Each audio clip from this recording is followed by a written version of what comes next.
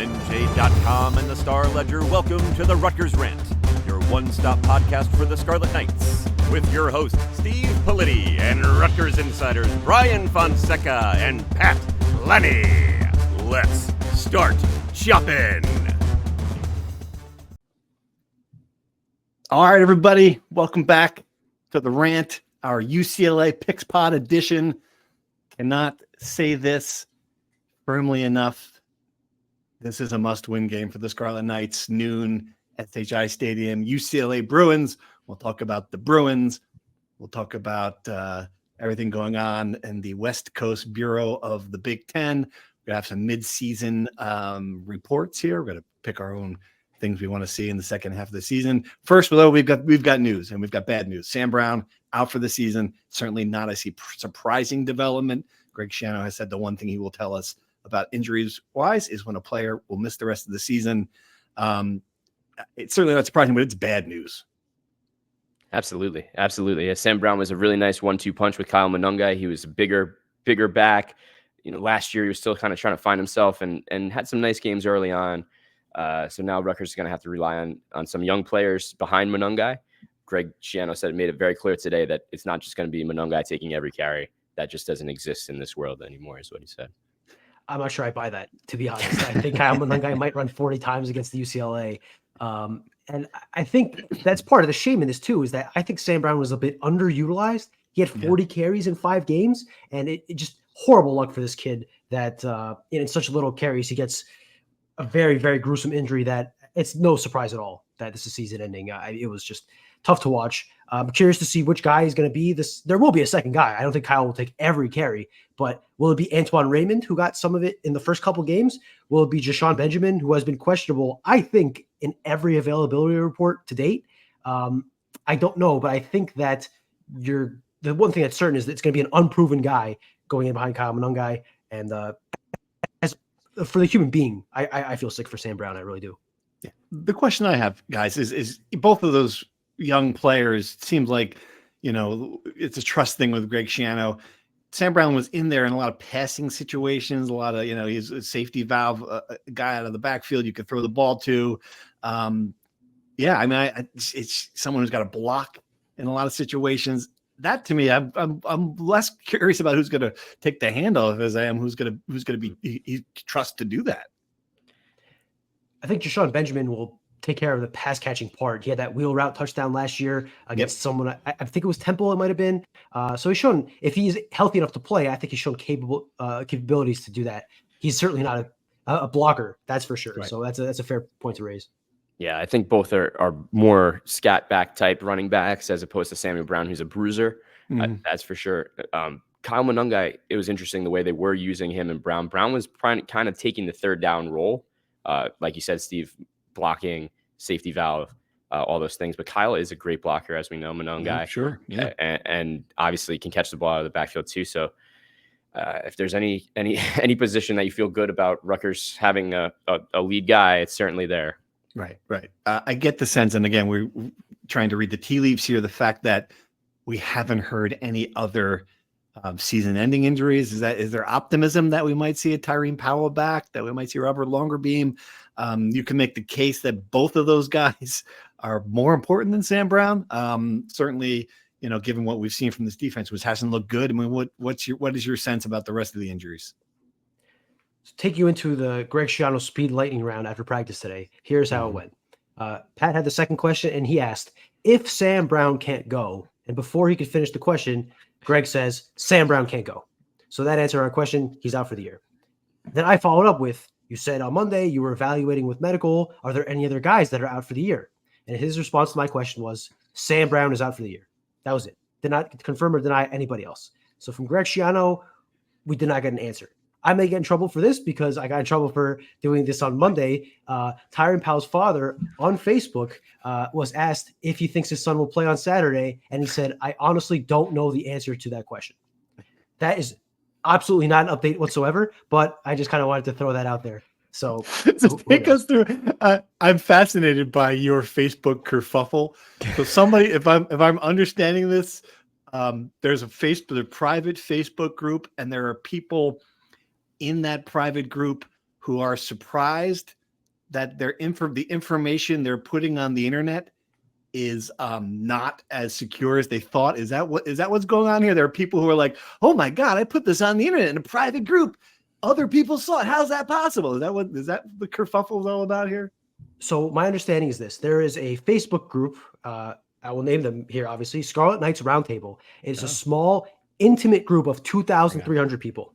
Very small, very connected. Really hard to expect information to leak out with 2,000 people in the group. I'm going to join the Scarlet Knight Roundtable. Hang on. Scarlet Knights Roundtable. Oh, here it is. Okay. Join group. There you go. What do you think is going to happen when they see that? Who knows? But I joined it 2 years ago, and they were shocked to know that there was a journalist amid the ranks. Did you join it on my full government name? Under your pseudonym, Mile Kanungai? I mean, what name did you use when you joined the group? My full government name was in the thing, and the irony in all of this is that I did not even see it originally on Facebook. I saw the chatter about it on the two different message boards, and that's where I originally saw it.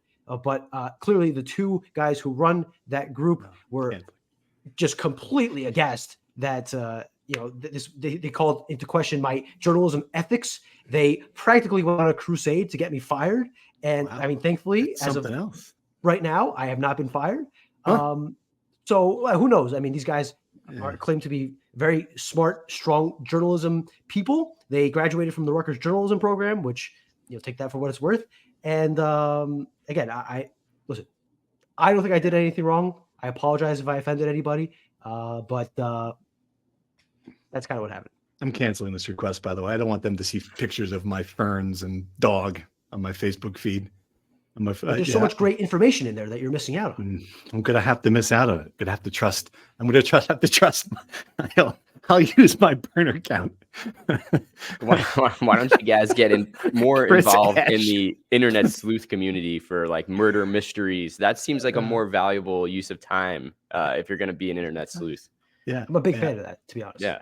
I just got to tell you, folks. That the stuff, and this is just a PSA. The stuff you put on the internet, not secure. Just telling you. And that includes, by the way, all you folks who think you're posting on the message boards under, I love Rutgers 69 and think, oh no, I'm gonna post angry things for 20 years under some pseudonym that people have no idea who it. We are. Not all of you, but some of you. I don't know who I Love Rutgers 69 is, to be fair. That guy's kept a good identity. All right, this is going off the road. What were we talking about? How did we get here?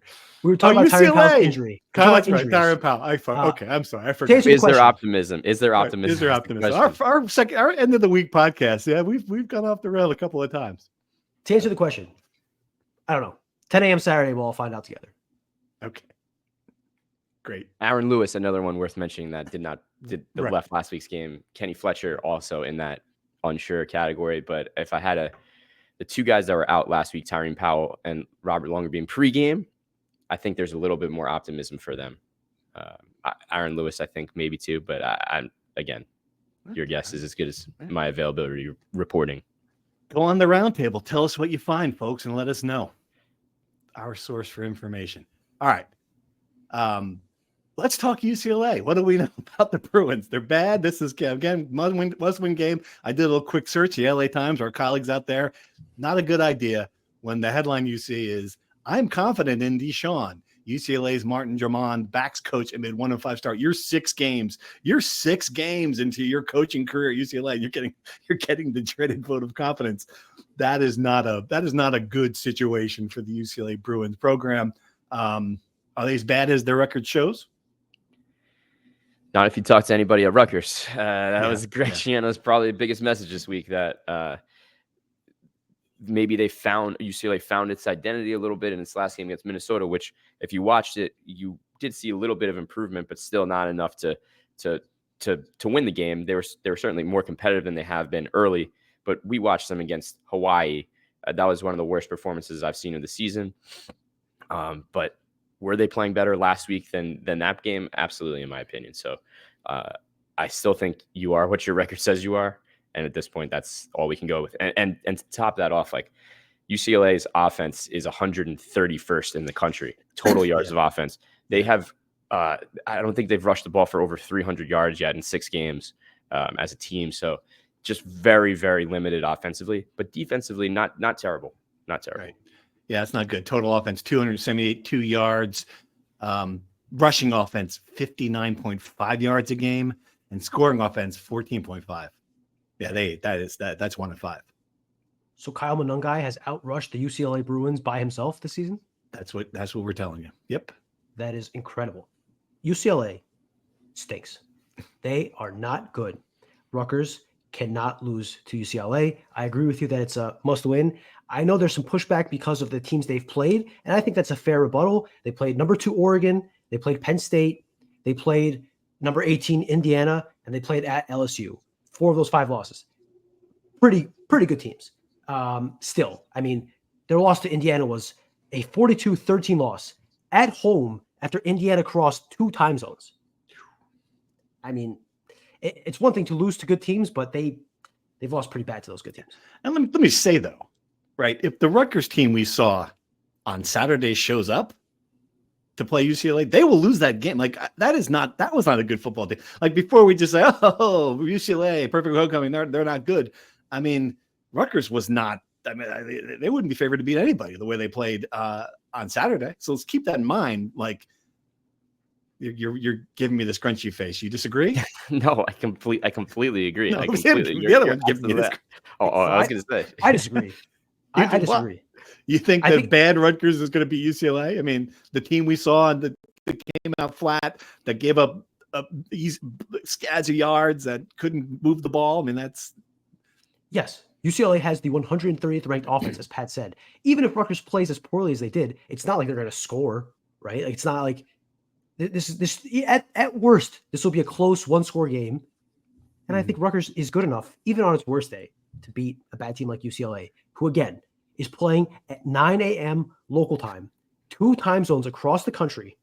After crisscrossing the entire continent, they went to it was Hawaii home or on the road. I think it was home. Never mind. Forgive the Hawaii comment. They might be on the road. No, it was at Hawaii. It was Hawaii. Yeah, I think it was in Hawaii. Okay, yeah, definitely was. Okay, to my point, they went to. Let me read this to you. Okay, they went to Hawaii to start the season. They got a bye.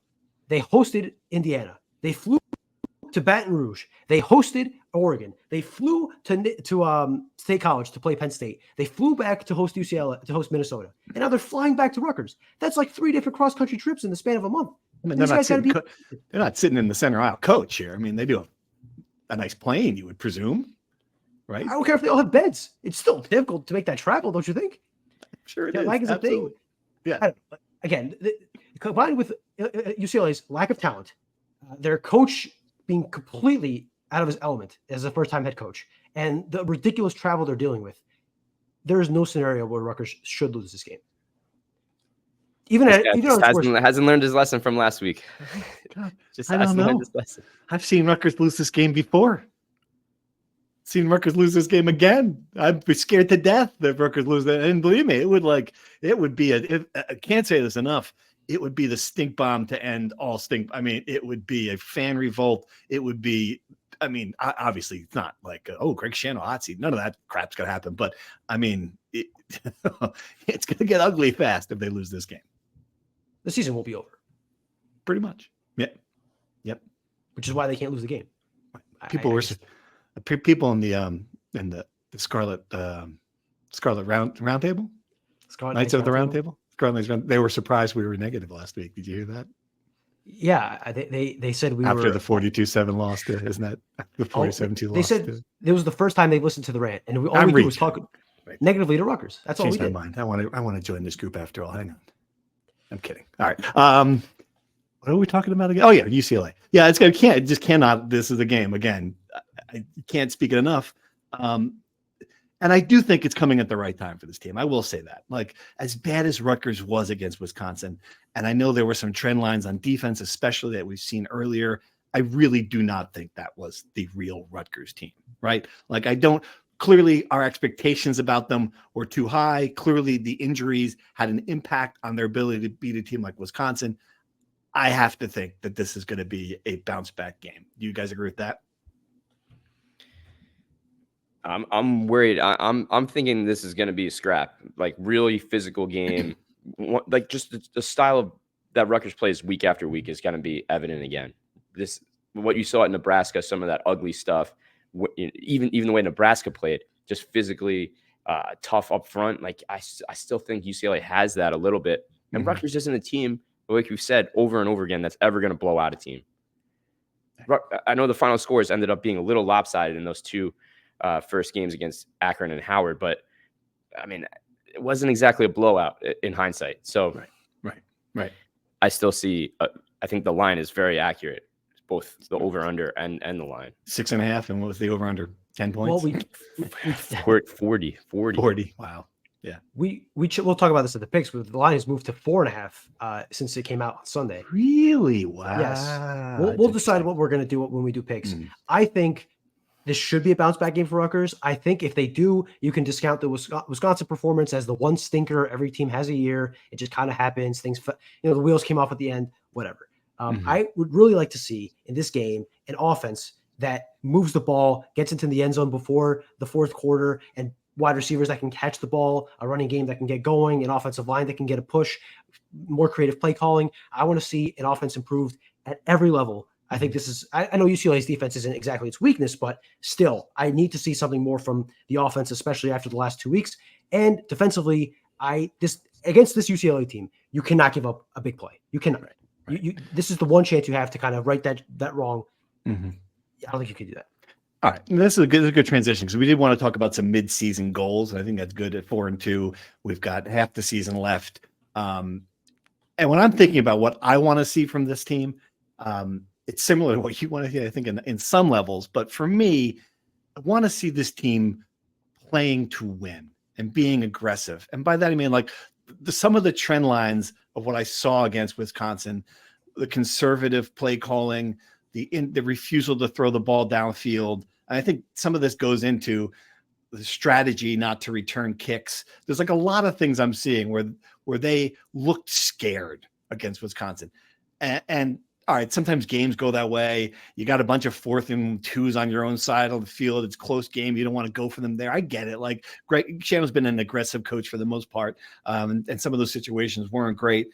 I just want to see a little bit more of the aggressive team. The program this was even early when Greg Schiano got here, where they were taking chances, where they were running some interesting stuff, where they surprised you. Look, for me, at least then, if they do go, trying to think of the worst case scenario, 3-3 over the last 6, get 7-5, at least you're like, all right, well, they threw it all out there. They gave it their all. I think fans would be more comfortable with that than they would be if we see another game like this where you're like, oh yeah, I could have called. I knew what they were going to run, So that would be my thing. What I want to see. What do you guys want to see?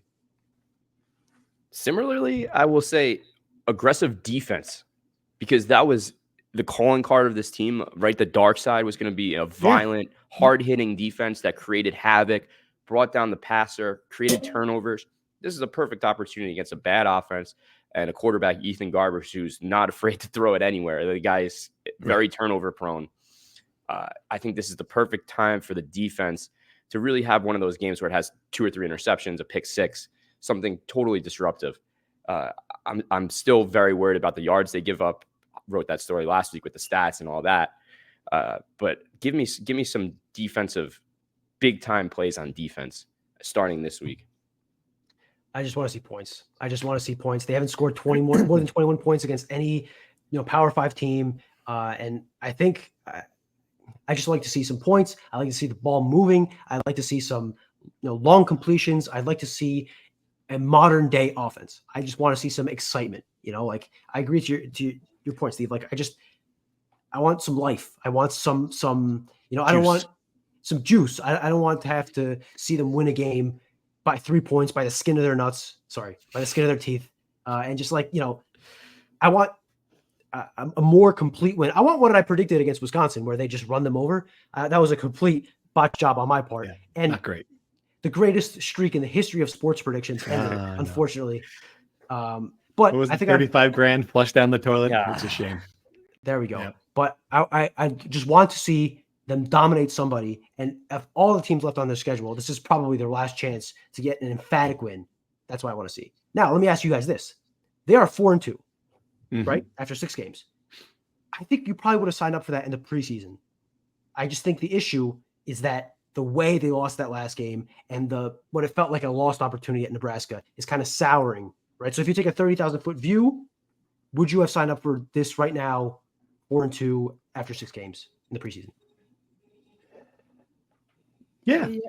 Because if you average it out, you take the high of Washington somehow miraculously winning that game despite being totally outplayed. You take the low of Wisconsin, and what do you get? That game at Nebraska that was winnable. That's somewhere what this team probably actually is. Right. Yeah. No. Yeah. I agree with that. That's a great point, Pat. And you're right. Taking if you detach from it and look at it from the 30,000 view, yeah, I think that you make a good case at 4-2. I think the way it happened is what we react in real time. You know, it's like Twitter. People say, "Whoa!" When you rip something in Twitter and then the second quarter changes, I'm just reacting to what I'm looking at. This is what we're reacting to what we're looking at here, and it was the fact that you were 4-0, you had this opportunity, and then you just left this stink bomb on the front porch. I think is what made, and it did cast me. It made me raise questions about what the team was capable, what the ceiling was. And I think that's the difference. This is an opportunity. The next 2 games really are opportunity to show me that the ceiling's higher. Win this game and then go out and play your best game of the year in Los Angeles the week after. You know, I mean, that to me, all right. So you could play your best opponent. You play them on the road. They're not great. So even if you lose that game, it's just another opportunity to prove that you're better than what we saw. And they've got 6 chances really to prove that they're better than we saw last week. But to your point, these next 2 games, if you're able to put a dominant win against UCLA and a competent performance against USC, I think you enter the bye week and those crucial Final 4 games feeling much better than you feel right now and feeling like, I don't think this team is going to go 9-3, but I think 8-4 is certainly possible, and you could feel good about that entering the bye week if those 2 things kind of happen. Right. All right. Let's play Know Your Opponent. I think you guys forgot about this. No. I did. Brian forgot about it. That's why I can't win. Why he sucks at this. Yeah, that's why. Yeah, exactly. Yeah, exactly. All right. If you're not paying attention, I went up and looked at 3 pieces of trivia about the UCLA Bruins. I'm going to ask our experts if they can come up with the correct answer. First question, you know what's coming. UCLA Bruins. Not always the Bruins. They were the Grizzlies. Pretty close, right? Why did they change? A grizzly bear had attacked an actress on the set of Call of the Wild in 1926, leading the university to distance itself from that horrible incident. B, UCLA was trying to enter the Pacific Coast Conference, and founding member, University of Montana, was like, hey, we're the Grizzlies.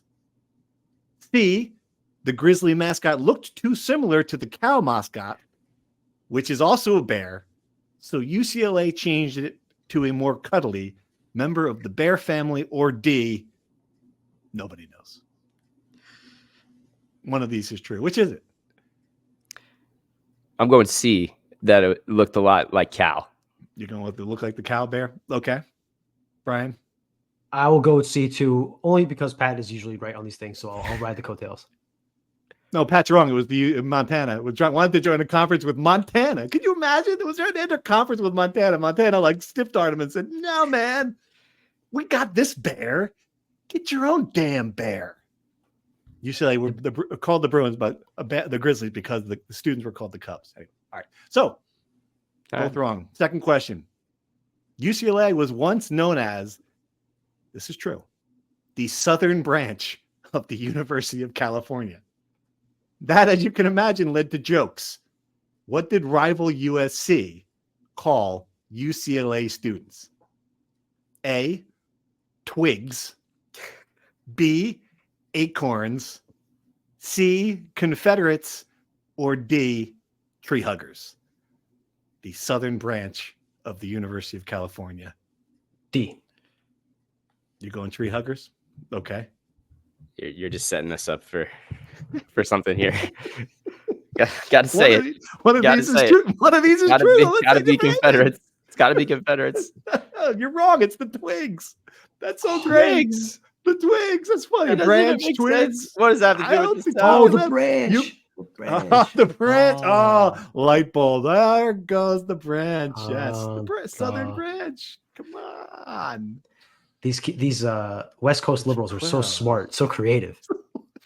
I was gonna make it the tree huggers. I knew you were gonna. One of you was gonna fall for that. I don't. Were there tree huggers in 1926 or whatever it was? Come on. All right. Finally, you're good. And this is the hard one. So you're both 0-2. John Wooden coached the UCLA basketball program from 1948 to 1975. During that time, UCLA had 7 different football coaches with football. Of course, the sport they don't give a shit about. Someone who goes to an alma mater with that, went to a school with that same thing. I understand that. UCLA had 7 different football coaches. Which one of these famous Super Bowl winning coaches was among them? A, Tom Flores, B, Dick Vermeil, C, Mike Shanahan, or D, Jimmy Johnson?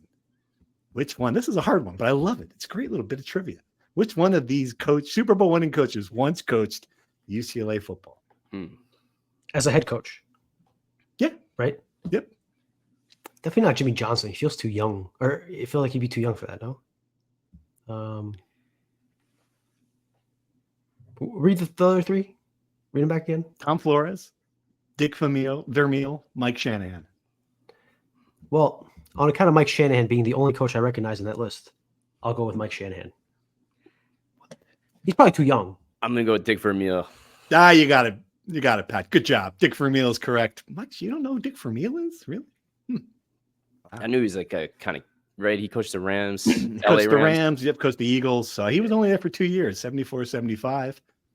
7. Yeah. Can you imagine being in that shadow, being the football coach at the time John Wooden's? And yeah. It must be awesome. No one cares. You lose 12 games. No one gives a, no one cares. Another way to look at it, I guess. Clearly someone cared because they had 7 of them. Then Terry Donahue took over right after that and was coached there for many, many years. So there's your UCLA football trivia. Good job. Good job. Steve. Great questions. Great questions. Yeah. I spent a solid 12 minutes on that. All right. Make our picks. Sure. All right. So what we all got bloodied, Yes. obviously, Yes. in our forgetfulness about the Wisconsin football program. All right. Fresh slate. You say it's 4.5 now, huh? Yes. So we have to make a determination. It opened at 6.5. When I checked it this morning, it was 4.5. I like 6.5 more because it's a nicer number. But I guess in theory, this game could be 24-20, and that wouldn't cover. So if we want to go with the more recent line, I guess we go 4.5. Pat, you decide. Yeah. I think 4.5. 4.5. Okay. It's not going to affect my pick. So You want to pick first? yeah, I'll go first. I mean, I just, again, like I can't, as I did say that this is a game they can't lose, and I've seen them lose this game, and I will not be surprised if they lose this game.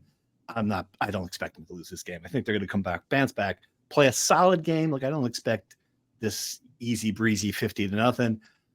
I think they're going to win 23-13, 23-14, like just your basic college football win. Everyone goes in there and feels good about it when it's over. Move on to get right, get healthy, move on to Southern Cal. All right, I'll take a little counter to that. I think UCLA looked pretty good against Minnesota. I hate to keep saying that, but I walked away semi-impressed. Maybe it was the parallel of watching Oregon, Ohio State at the same time, and some of that goodness was rubbing off on the viewing. I don't know, but I just am so concerned about the Rutgers offense, and that it's just productivity against a pretty good defense is going to be very suspect. If the defense does not make any game-changing plays like a pick six or create those turnovers, I'm worried. So I'm going to take UCLA with the points. I'm going to go Rutgers to win, but UCLA to cover. 17-13 Rutgers. Okay. A little bit more conservative. I trust Pat's judgment very much because he was the only one warning us that Wisconsin was actually not bad last week, and he nailed it. So I am tempted to follow his lead here with UCLA, but I'm going to fall into the same old trap I always do and assume that they're not good and that Rutgers will bounce back. And I think they'll win Not in a blowout. I've learned my lesson there. I will say they'll win comfortably, something like 24-7, 24-10. Oh, wow. Okay. Mm-hmm. I don't want to be too close to your score, Steve. So I'll go 27-10 just to kind of be a little bit more emphatic. All right. So they're going to score a lot more points than they have this year, too. Okay. Yeah. All right. We'll see who's right. We'll come back. If we're all wrong, man, it's going to be a tough show. This is it. Going to be a tough show. Be canceled. That's it. The round table will take over. It's going to kill us. It's going to be at least, there's going to be at least 3 threads on the round table that mild Canon guy can no longer see. Brian's alias. All right. Anything else before we log off? What do we got?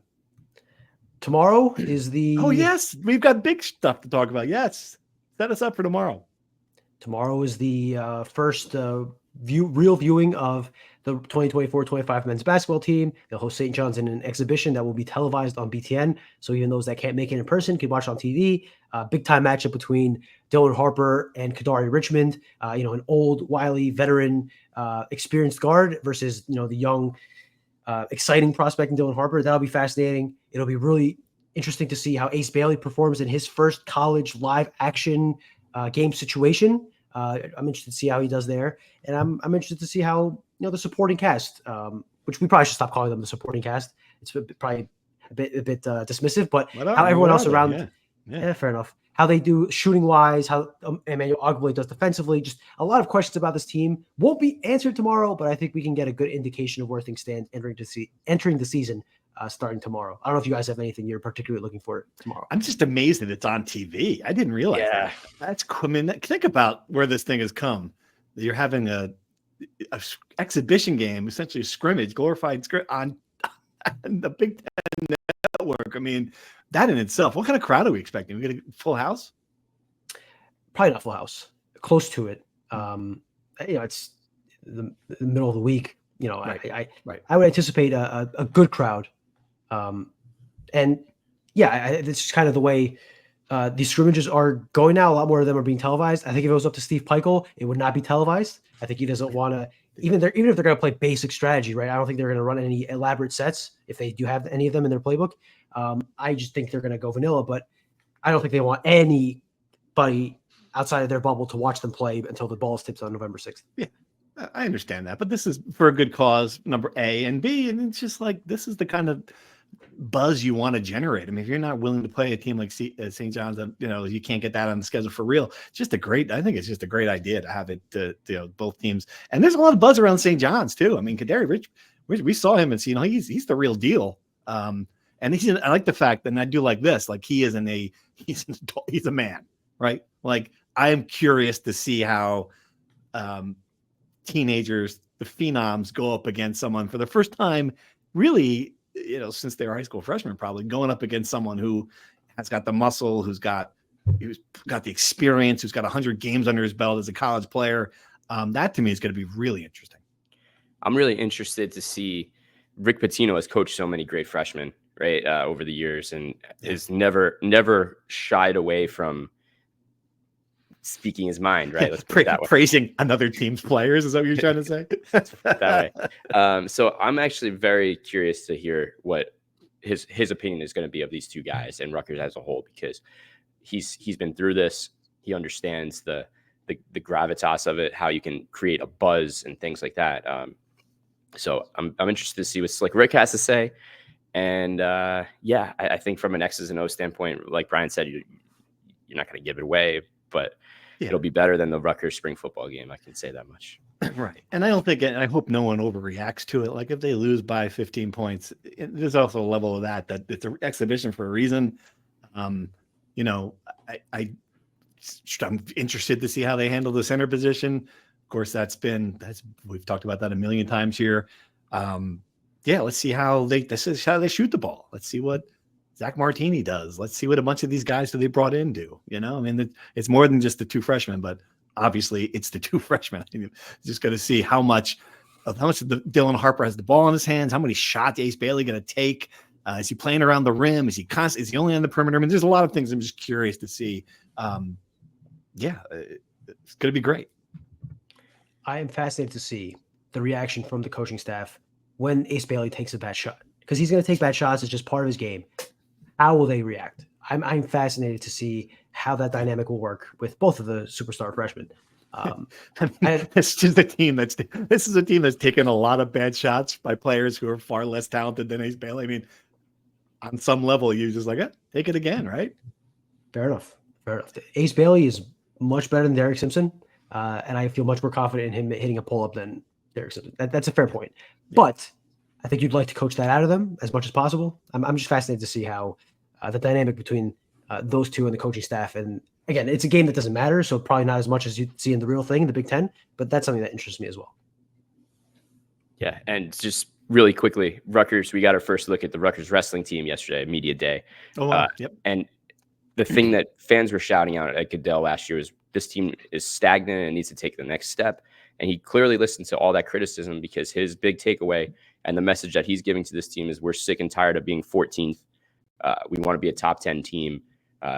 We send 8-9 guys to nationals. We have a couple All-Americans. That's not good enough. We need to be a top 10 team. We need to be winning titles. And they're going to wrestle 2 top 10 teams from the out of conference early on in the season. Number 4, NC State, and Virginia Tech, who's I think 9. So right off the bat, they're going to have 2 awesome opportunities to show that this is actually a really good team. And the lineup, we'll dive into that this week a little bit when I got some time. But the moral of the story is it is a very experienced team. The freshman class is very talented, and it should, by all accounts, be right there in the mix of what Goodell's saying. So is top 10 realistic? Is that true? Absolutely. 9 out of the 10 stars are back from last year.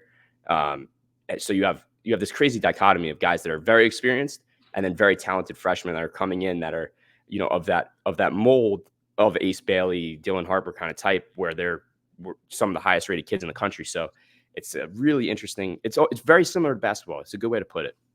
Like a lot of experience and a lot of hype for the young guys. Maybe not as much hype as basketball, but definitely still some good buzz and names that you're going to hear for. Unlike probably basketball, where they may be gone in a year, these guys will be at Rutgers for 3-4 years.